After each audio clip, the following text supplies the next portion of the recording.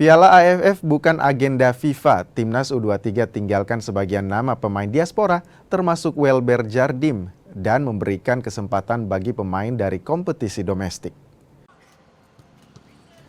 Timnas U23 memanggil 28 nama untuk persiapan Piala AFF U23.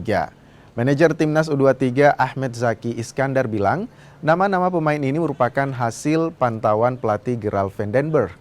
Mayoritas merupakan pemain dari kompetisi domestik yang memiliki menit bermain cukup banyak, diantaranya Muhammad Ferrari, Kakang Rudianto hingga Arhan Fikri. Meski membawa serta diaspora, Jens Raven, beberapa pemain diaspora tidak disertakan seperti Welber Jardim. Zaki bilang Piala AFF bukan agenda resmi FIFA, jadi beberapa pemain tak bisa bergabung. Namun, pintu untuk mereka masih terbuka untuk bermain di Piala Asia. Ini sekarang Piala ASEAN ini juga kan tidak termasuk di kalender FIFA, ya. Yang nanti kualifikasi Piala Asia yang di FIFA Matchday itu kemungkinan juga kita akan lihat lagi aset-aset kita yang berada atau bermain di luar.